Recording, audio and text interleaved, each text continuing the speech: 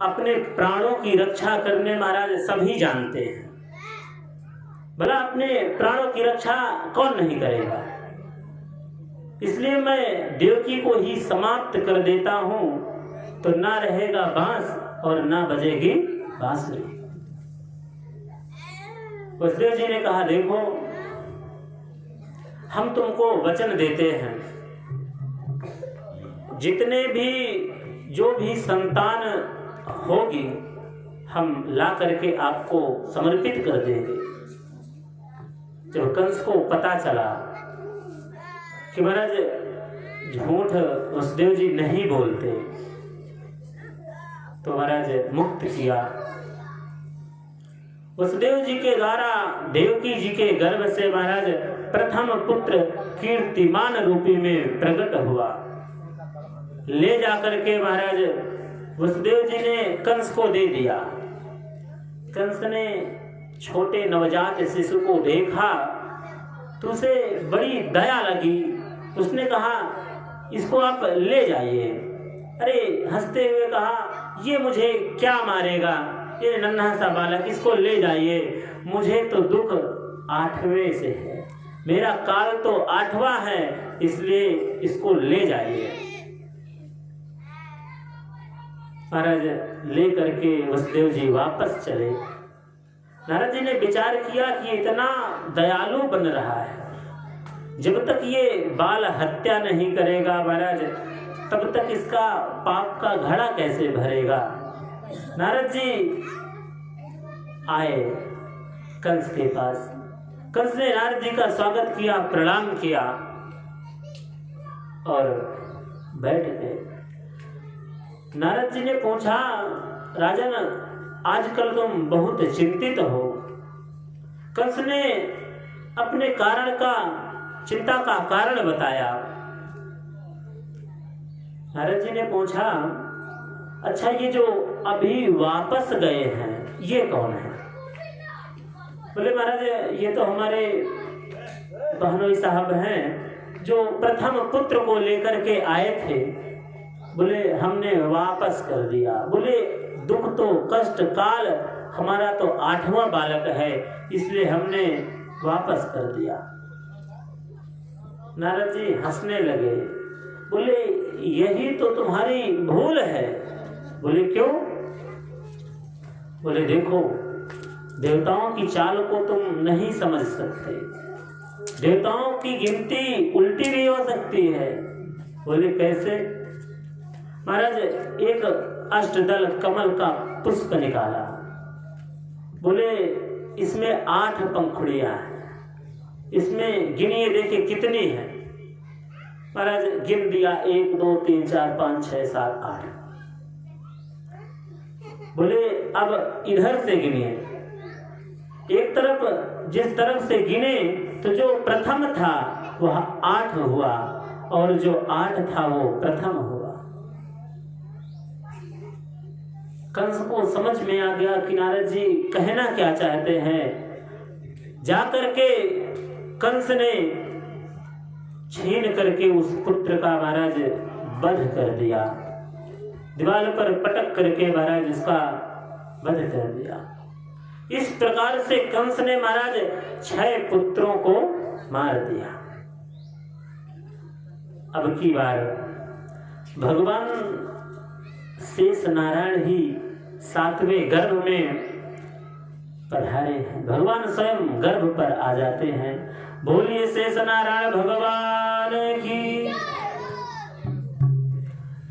जब भगवान का प्राकट्य का समय आया, भगवान ने सोचा कि यदि बलराम जी का जन्म मथुरा में हुआ तो महाराज कंस मारने के लिए आएगा, तो बलराम जी सहने वाले नहीं हैं। वो कंस वध पहले कर देंगे और कृष्ण जन्म बाद में होगा। इसलिए योग माया को आदेश दिया। योग माया ने संकर्षित करके शेष नारायण भगवान को जाकर के रोहिणी जी के गर्भ में स्थापित किया। कल को पता चला कि 7वां गर्भ तो अपने आप।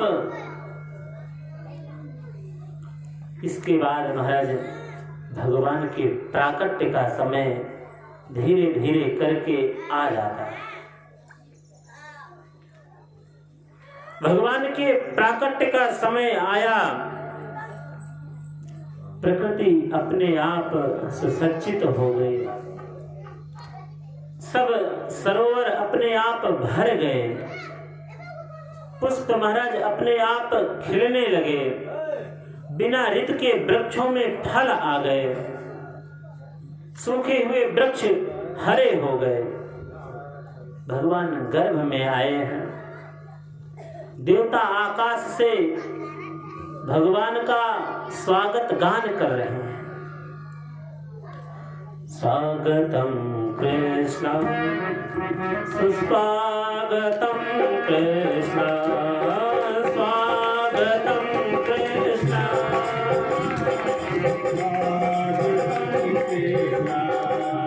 सब मिलकर के भगवान का स्वागत गान करिए।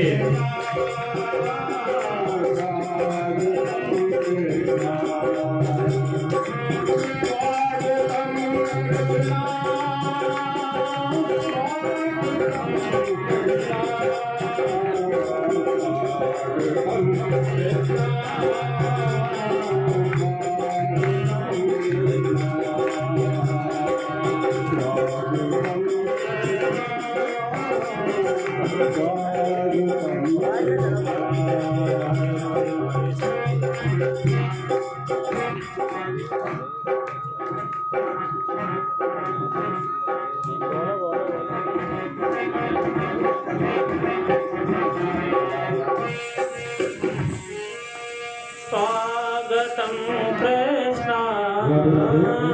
स्वागतम कृष्ण स्वागतम कृष्ण।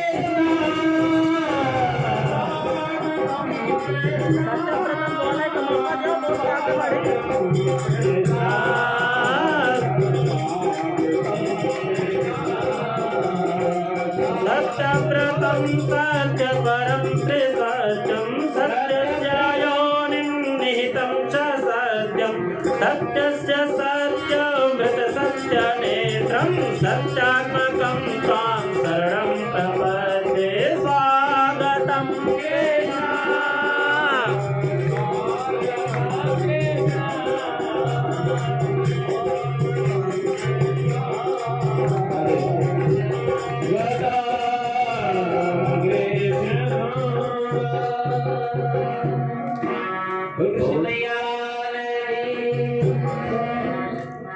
महाराज भगवान गर्भ में अभी प्रकट नहीं हुए, अभी केवल गर्भ में है।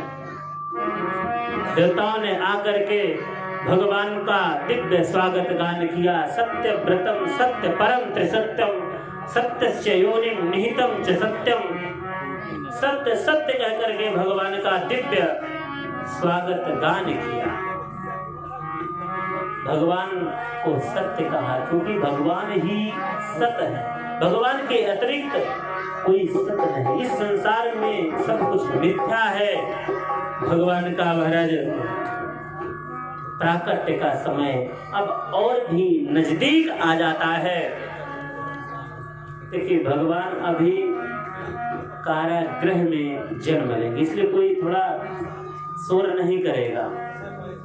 भगवान के जन्म का समय आ जाता है। इस बार तो महाराज कंस को इतना भय लग रहा है, कंस इतना डरा हुआ है कि अब की बार मेरा शत्रु आ रहा है। देवकी जी के गर्भ का इतना तेज बढ़ गया कि उसे देख देख कर भय लग रहा है कि निश्चित ही मेरा शत्रु जन्म लेने वाला है। उसकी नींद हराम हो गई, उसको नींद नहीं आती। महाराज रात्रि का समय आ गया, मध्य रात्रि, भाद्रपद कृष्ण पक्ष की महाराज अष्टमी तिथि आ गई, बुधवार का दिन आ गया, रोहिणी नक्षत्र आ गया। मध्य रात्रि महाराज ठीक 12 बजे भगवान का देवकी जी के गर्भ से अद्भुत बालक के रूप में जन्म हो जाता है। तमद्भुतं बालकमम्बुजे क्षणं चतुर्भुजं चञ्चलयोक्मकरणं श्रौवत्सलत्वं गलशोभिकौस्तुभं पीताम्बरं सान्दपयोधसौभं। भगवान का अद्भुत बालक के रूप में जन्म हुआ। परीक्षित जी ने कहा महाराज बालक तो बालक, पर अद्भुत बालक कैसा? बोले भगवान चतुर्भुजम, 4 भुजा, शंख चक्र गदा धारण करके भगवान का प्राकट्य हुआ। महाराज कौस्तुभ मणि धारण किए हुए हैं भगवान। जैसे ही प्रकट हुए मैया ने भगवान की दिव्य स्तुति की, कहा प्रभु आप तो पुत्र बनकर के आने के लिए कहा था, पर आप तो स्वयं पिता बने चले आए हैं। महाराज भगवान ने वात्सल्य सुख देने के लिए पुत्र रूप में आ गए। जैसे ही भगवान पुत्र रूप में आए सब कुछ बताया।